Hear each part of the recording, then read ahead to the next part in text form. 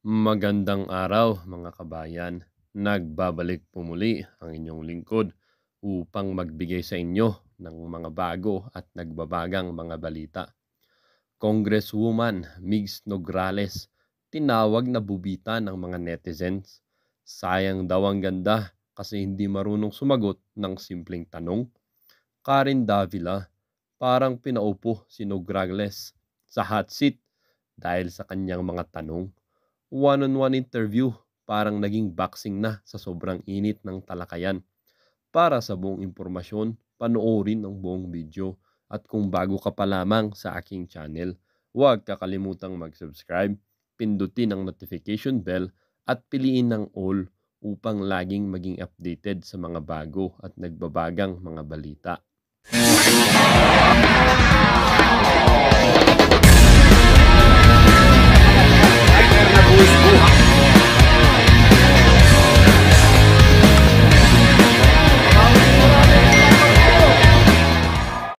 Ang isyong ito ay naging usap-usapin din sa social media. Merong isang netizen na nagsabi, "Please, sagutin ang tanong. What is the strongest clear violation of SMNI?" Tanong ni Ma'am Karen Davila na hindi masagot ng Congress representative. Sabi din ng isang netizen, wala na sa tama ang takbo ng ibang kongresista. Mga sariling kapakanan na lang nila ang iniisip. Hindi na nagtatrabaho para sa taong bayan.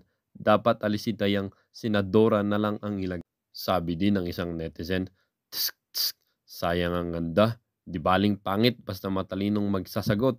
Kahit sino pang magtanong. Sabi nila nasunog daw. Buti naman hindi natusta." Kahapon, nakakita ako ng mga post tungkol kay Nograles. Sabi, tapos may nakita pa ako mga posts na para daw hindi abogado, etc. etc. Nasunog daw siya ni Karen Davila, etc. etc. So, pinanood ko kanina. Promise. In fairness, nasunog talaga siya ni Karen Davila. Nasunog siya for the wrong reasons. Nasunog siya kasi yung bitterness ni Karen Davila sa ABS-CBN, kay Nograles niya binuhos.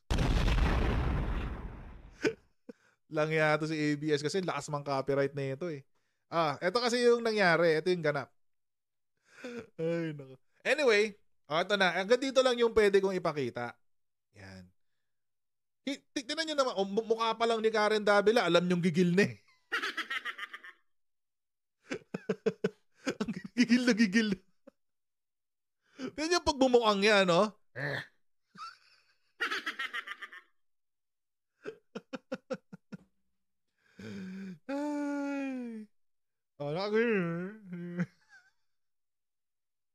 So alam niyong gigil siya. Gigil talaga si Karen Davila. At nung pinanood ko siya, yung buong interview, lagay ko na lang yung link. Ayoko naman bigyan ng view si ABS-CBN, no? Pero puntahan nyo na lang, hanapin nyo na lang sa YouTube. But anyway, nung pinanood ko siya, tapos na bring up yung issue ng national security.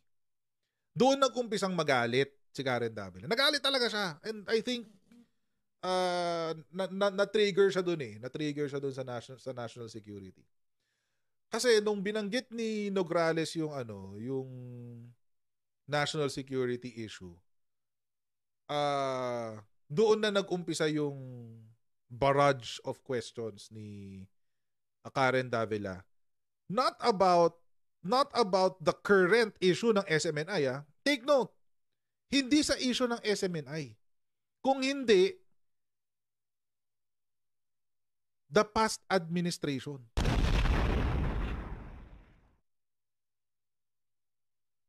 Doon lumabas yung gigil niya. So, si Nograles was an unwitting victim of a bitter Karen Davila. Naging biktima siya ng gigil ni Karen Davila. Tulad nito.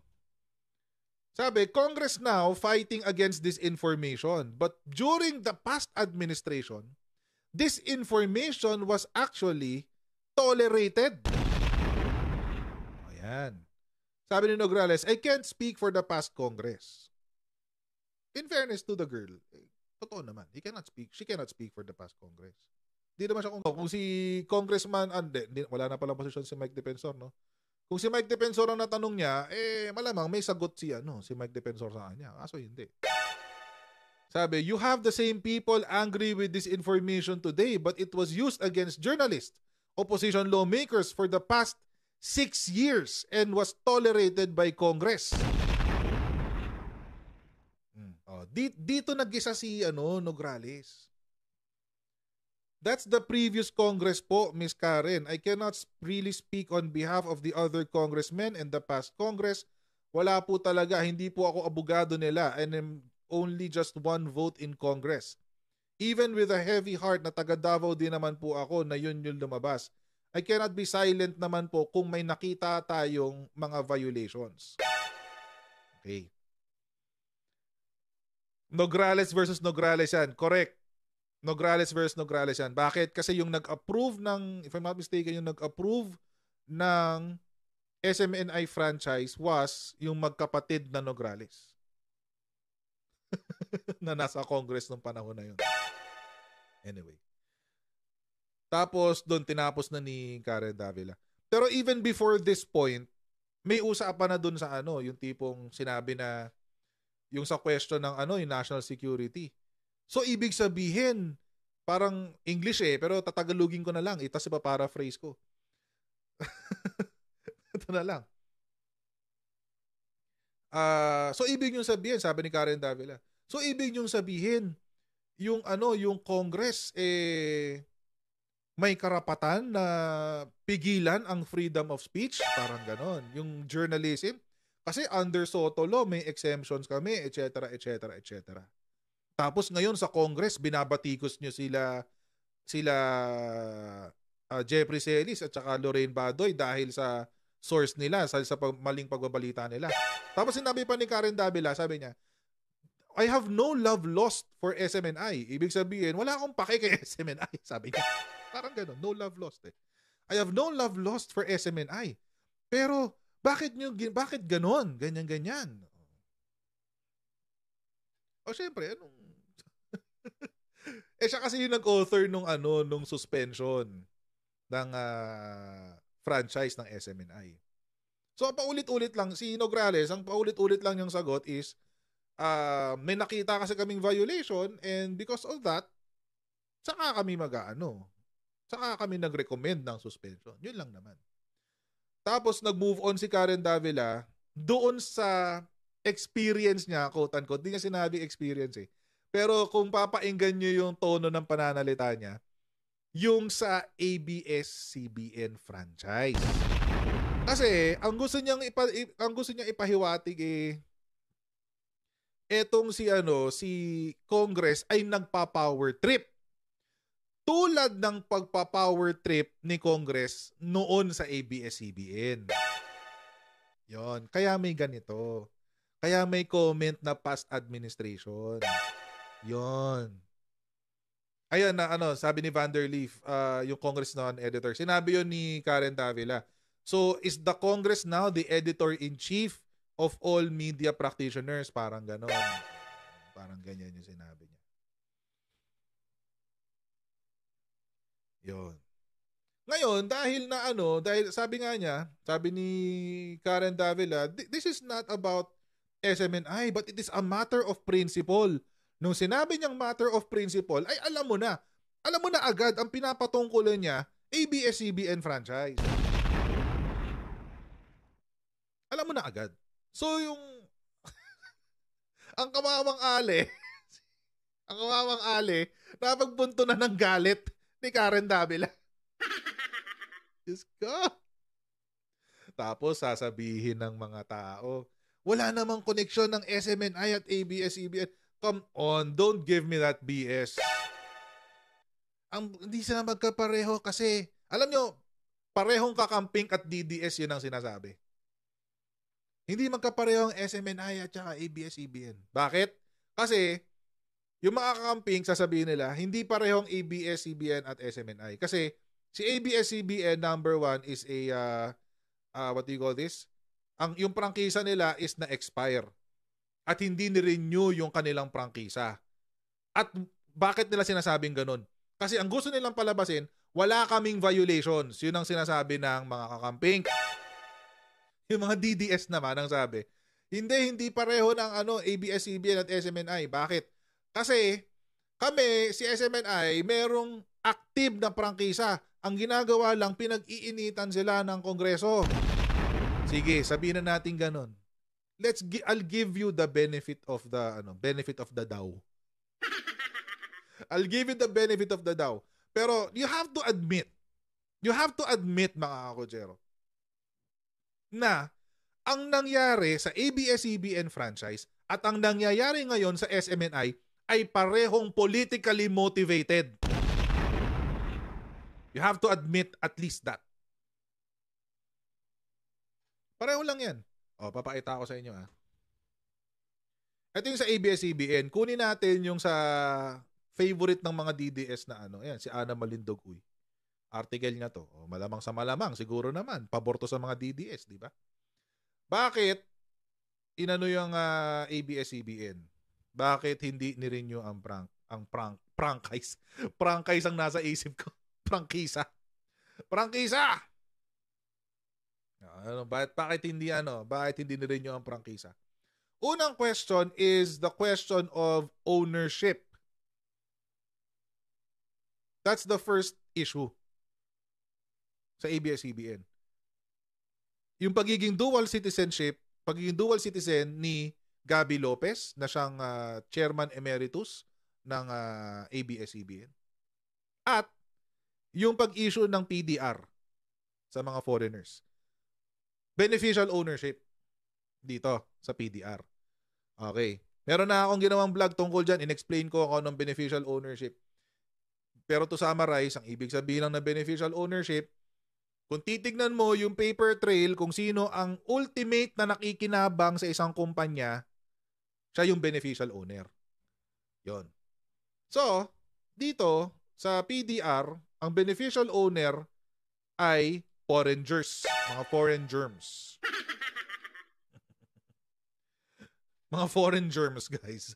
So, sa local, sa Pilipinas, ang may-ari ay isang dual citizen. Tapos, sa PDRs naman, mga foreign germs. Ngayon, sa Pilipinas, sa SMNI, ito rin yung question. Sino ba talagang may-ari ng prangkisa? Si Suarasug? SMNI? Or si KOJC? Ay, yun ang ngayon, mga kakotsero. Sige, puntahan natin yan. Tungkol to dun sa final na pag-revoke ng SMNI franchise. Revocation to, mga kakotsero, ibig sabihin, tanggal ang prangkisa. Hindi ito suspension lang. Mas malala itong isunumitin ni One Rider Party List. Kasi yung kay Migs Nograles, lang yun, suspension lang sa NTC habang nag-iimbestiga. Consider it, what do you call this? Preventative suspension. Parang ganun. Ito, revocation ang gusto niyang gawin. Ito, yung kay One Rider Party List. Isa sa mga issues na dito ay ownership. Transfer of controlling interest without prior approval of Congress and no report to Congress within 60 days after the transfer of controlling interest. Ano nangyari? Apparently, si Apollo Kibuloy transferred, ipinasa niya ang pagmamay-ari, quote-unquote, sa Suarasug sa ibang tao. I forget the name. Pasensya na. Hindi ko po maalala. Ipinasa ho niya sa ibang tao nang hindi sinasabi sa Congress. Ano naman kung hindi sinabi sa Congress? Mamaya papaliwanan ko. Tapos, hindi sila nag-report sa Congress within 60 days doon sa pag-transfer ng ownership. Violation of its previous franchise by operating a pay-per-view. Wala namang pay-per-view si SMNI, so out yan. Wala yan. Unauthorized use of Amcara's legislative franchise and ABS-CBN's apparent use of a dummy. dito rin papasok yan sa transfer of controlling interest without prior approval. Bakit? Kasi nga, si Suarasug, mga kotsero, isang prangkisa na matagal na pala siya, 1980 something pa. Si Suarasug, 1980 something pa. Tapos, hindi ko alam kung paano to na-acquire ni SMNI, etc. ni Kibuloy, but na-acquire niya kung paano man niya na-acquire, di ko alam. So, nung na-acquire niya, hindi niya ginawa ito, yung pag-transfer ng controlling interest na i-report ito sa Congress. Hindi niya ginawa. So, essentially, si SMNI ay gumagamit ng prangkisa ng ibang kumpanya. Yung kay ABS-CBN, ganun din. Si ABS-CBN bumili ng channel, si Studio 23. Si Studio 23, ang pangalan ng prangkisa niya ay Amcara. Tapos, ginamit ni ABS-CBN yung signal ni Amcara para dito sa KBO, sa TV Plus. Yun. So, gumamit ng prangkisa na hindi nag-i-inform si ABS-CBN sa Kongreso. Which is also the same violation of SMNI. So, pangalawa na yan. Una, ownership. Pangalawa, yung gamit ng prangkisa. Pangatlo, biased reporting and inappropriate program content. O, yun na yun. So, ito naman, dissemination and deliberate false information or willful misrepresentation to the detriment of public interest. Yun. Ay, meron pa palang isa. Failure to comply with 30% disposal of ownership to the public. Parang ito yan. Parang kung titingnan natin sa aspeto ng ABS-CBN, parang sa PDR din yan. Pero, sa kaso ni SMNI, hindi niya binenta sa Filipino citizens. Ang sabi, yung sa yung para daw ma-meet nila yung requirement ng 30% dispersal of ownership, hinayaan daw nila na yung workers cooperative nila na magmay-ari ng I think around 15% o 14 point something percent. Pero ay kulang pa rin. 30% ang required naman sa iyo, hindi naman hindi naman 15%. 30% ang hinihingi sa iyo ng batas . So ba't di ka nagbigay ng 30%? So yun yung mga violations. Ayan. So eto. May nakita pa na isa potential violation. Nung Monday daw, ang sabi, may nakita pa raw likely violation by Suarasug in allegedly furnishing different GIS. Oh my God, mali ito including those pertaining to the ultimate beneficial owner to Congress and the Securities and Exchange Commission. Ibig sabihin, baka mga kotsero, dalawang magkaibang GIS ang isinumite nila sa Kongreso at iba yung sa SEC. The notarized GIS submitted to Congress showed that televangelist Apollo Kibuloy was beneficial owner until April 2021, while the SEC GIS indicated Kibuloy was the beneficial owner until 2020. According to the committee members, the same documents bearing similar information should have been submitted to SEC and Congress. Ay tayo dyan. Ngayon, puntahan natin yung franchise. Ayan, ito yung franchise nila. Suarasug Media Corporation. Ito. Responsibility to the public. Ayan. So, dito papasok yung tawag dito, yung pagkakaroon ng fake news. Dissemination of deliberately false information or willful misrepresentation to the detriment of public interest. So, na-violate daw yan. So, ito yung sinasabi nila na hindi raw, na gumamit daw sila ng prangkisa ng iba nang hindi pinapaalam sa Kongreso. Kasi nga naman, si Suarasug ang may-ari, hindi si SMNI. O hindi si Kibuloy. Pero gumamit sila ng prangkisa ng Suarasug nang hindi pinapaalam sa Kongreso. So ito daw yung, Hindi pwedeng gamitin ang prangkisa at kahit anong pribilehiyo na kasama dito nang walang approval ng Kongreso ng Pilipinas. Congress shall be informed of any sale, lease, transfer, okay, grant of usufruct or assignment of franchise or the rights and privileges under etc. within 60 days after the completion of the said transaction. Ayun, hindi nagawa. Ito ngayon ang problema ng SMNI. Failure to report to Congress such change of ownership shall render the franchise ipso facto revoked. Yan ang problema ng SMNI ngayon. Kung sasablay sila dito sa Section 10, matik, hindi na kailangan pirmahan ng Pangulo. Hindi na kailangan pirmahan ng Pangulo, hindi na kailangan umabot sa Senado. Matik, ipso facto.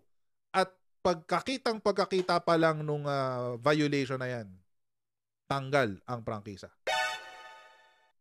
Tapos, 11, disposal of ownership.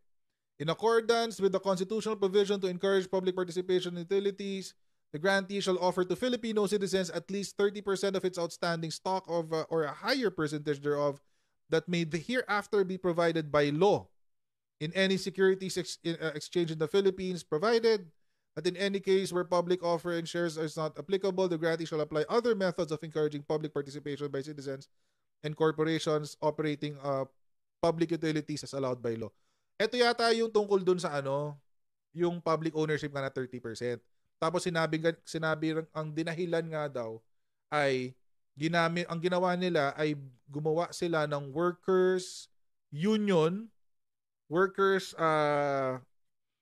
or employees union or cooperative, at doon nila dinadaan yung 30%.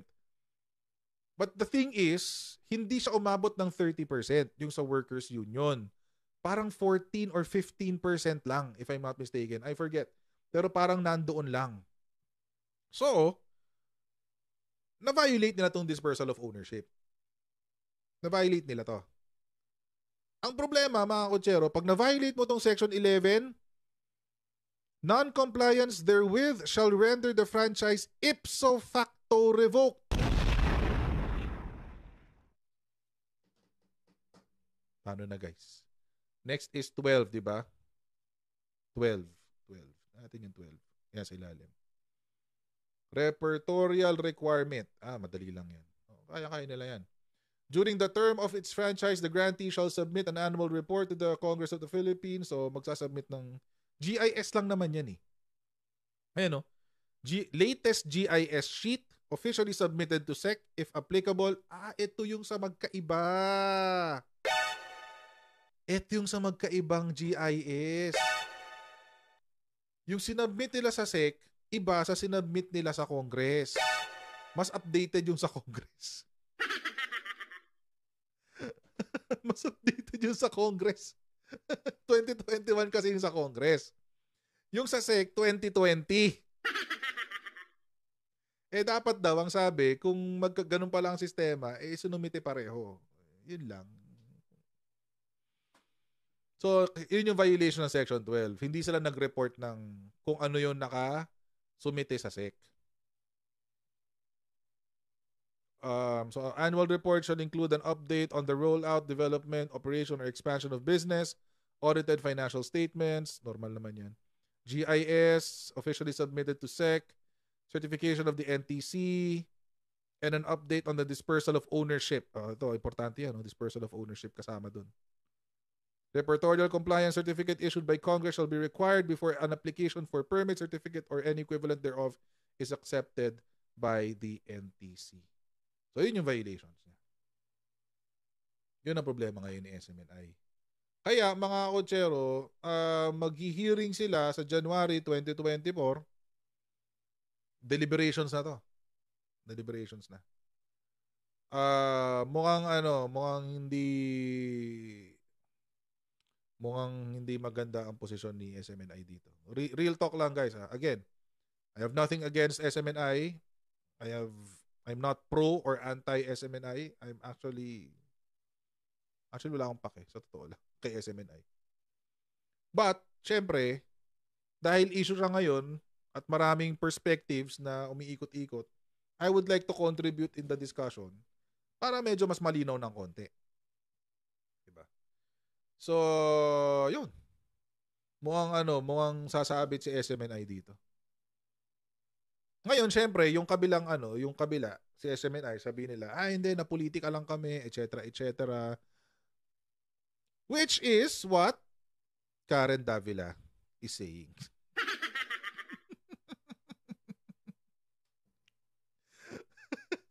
So, mga kotsero,